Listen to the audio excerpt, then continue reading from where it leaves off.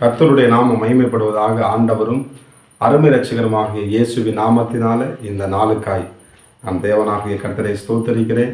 நாம் கண்களை மூடி இந்த நாளிலும் கூட ஆண்டவராக இயேசு நம்மோடு கூட பேச முடிய கேட்போமா? பரிசுத்தம் கிருபை நிறைந்த நல்ல ஆண்டவரே, இந்த புதிய நாளுக்காக நன்றி. கர்த்தருக்கு புதுப்பாட்டை பாடுங்கள், ஆனந்த சத்தத்தோடு வாத்தியங்களை நேர்த்தியாய் வாசியுங்கள் என்று எழுதப்பட்டிருக்கிறது. இந்த நாளிலே கூட எங்களோடு கூட பேசுங்க ராஜா. இயேசுவின் நாமத்தில் வேண்டிக் கொள்கிற நல்ல பிதாவே, ஆமே. கர்த்தருக்கு மகிமை உண்டாவதாக. வேதாகமத்தை திறந்து சங்கீத புஸ்தகம் 32 அதில் 32:8 வாசிப்போம். சங்கீதம் 32:8. நான் உனக்கு போதித்து நீ நடக்க வேண்டிய வழியை உனக்கு காட்டுவேன், உன்மேல் என் கண்ணை வைத்து உனக்கு ஆலோசனை சொல்லுவேன். கர்த்தருக்கு மகிமை உண்டாவதாக. இன்றைக்கு ஆண்டவராக இயேசு கிறிஸ்து இந்த இடத்துல சொல்லுகிறார், நான் உன்னை போதித்து நடத்துவேன். இன்றைக்கி போதனை எத்தனையோ கேட்டு என்ன பண்ணுறாங்க, அவன் வழி போகிறாங்க. சோதனை சரியான அந்த போதனை இல்லாதனால. ஆனால் இந்த இடத்துல ஆண்டவர் சொல்கிறாரு, ஆண்டவராக இயேசு கிறிஸ்து நம்மளுக்கு போதித்து நடத்த நான் உனக்கு போதிப்பேங்கிறார். அப்போ இது நான் உனக்கு போதிப்புனா, அப்போ தேவனுடைய ஆண்டனுடைய சமூகத்தில் நாம் அமரும் பொழுது என்ன பண்ணுற, அவர் நம்மளுக்கு சொல்லுகிறவராக இருக்கிறார், நம்மளுக்கு ஆலோசனை கொடுக்குற தேவனாக இருக்கிறார், நம்மளை மேன்மைப்படுத்துகிற ஆண்டவர். மாத்தாள் என்ற சகோதரி, மரியாள் என்ற சகோதரி இருக்கிறார். மாத்தாள் பல வேலைகளை செய்தனம்னா அவள் கவலைப்பட்டிருந்தான். மரியாள் பார்த்தீங்கன்னா தன்னை விட்டு எடுபடாத நல்ல பங்கை அவள் பெற்றுக்கொண்டாள் என்று வேதத்தில் வாசிக்கிறோம். இந்த மரியாள் பார்த்தீங்கன்னா ஆண்டவர் என்ன சொல்கிறான்னு ஒரு பாதத்தில் உட்கார்ந்து ஆண்டவர் என்ன பண்ணார், இந்த மரியாளுக்கு என்ன பண்ணார், அருமையாக போதிக்கிறார். அவள் என்ன பண்ண, நல்ல பங்கை பெற்றுக்கொள்ளுகிறார். ஆண்டுடைய வார்த்தை சொல்லப்பட்டிருக்கிறது, நான் உனக்கு போதிப்பேன். நம்ம சில பேர் யாரும் நமக்கு போதிச்சா பண்ண மாட்டான், நம்ம கேட்க மாட்டோம், நம்மளுக்கு என்னத்தை போதிக்கிறாங்க அப்படின்ல. இல்லை, நம்ம இந்த காலை வேளையில கூட தேவனுடைய வார்த்தை நம்ம கேட்கும் பொழுது, இந்த போதனையை கேட்கும் பொழுது நீங்கள் என்ன பண்ணீங்க, ஆசீர்வாதமாக இருப்பீங்க, மேன்மையாக இருப்பீங்க. உங்கள் வாழ்க்கையில் சரியான லீடர்ஸ் நம்ம ஆண்டவங்களை உங்கள் பாதை காட்டுகிற தேவன் வசனம் சொல்லுது, நான் உனக்கு போதித்து என்ன பண்ணுவேன், நீ நடக்க வேண்டிய வழியை உனக்கு நான் காட்டி. வழி ரொம்ப முக்கியமானது. ஏன்னா வசனம் சொல்லுது, பூர்வ பாதை எது என்று கேட்டு அதிலே நடவுங்கள், அப்பொழுது ஆத்மாவுக்கு இளைப்பாறுதல் கிடைக்கும் என்று கர்த்தர் சொல்ற இறைமையில வாசிக்கிறோம்.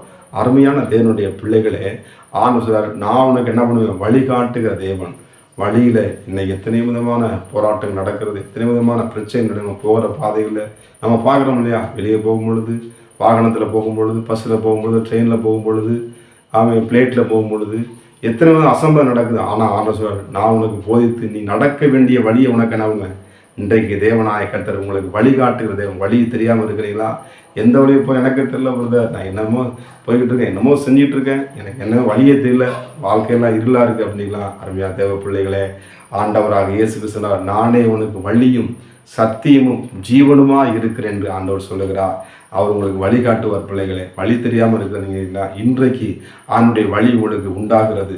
தேவன் உங்களுக்கு வழிகளை உண்டு பண்ணுவா, உங்களுக்கு நன்மைகளை உண்டு பண்ணுவா, நீங்கள் ஆசீர்வாதமாக இருப்பீங்க. அவர் சொல்லாரு, நான் உனக்கு போதித்து நடக்க வேண்டிய வழியை காட்டி உண்மையில் என் கண்ணை வைத்து உனக்கு ஆலோசனை சொல்ல பாருங்க. மறுபடியும் வசனம் பாருங்க, அழகாக சொல்லு பாருங்க. மறுபடியும் நம்ம போதிச்சு நடத்தினார். மறுபடியும் நான் உன் மேலே கண்ணை வைத்து உனக்கு ஆலோசனை சொல்லுவேன். நம்ம மேலே கண் வைக்கிற ஆண்டவர் பாருங்க. ஆண்டவர் பாருங்க, எவ்வளோ நல்ல தேவன் பாருங்க. நம்ம மேலே எவ்வளோ கரிசனையாக தேவன், நம்மளை விசாரிக்கிற தேவன். மனிதனை ஆண்டவர் அவரவாய் நேசிக்கிறார்.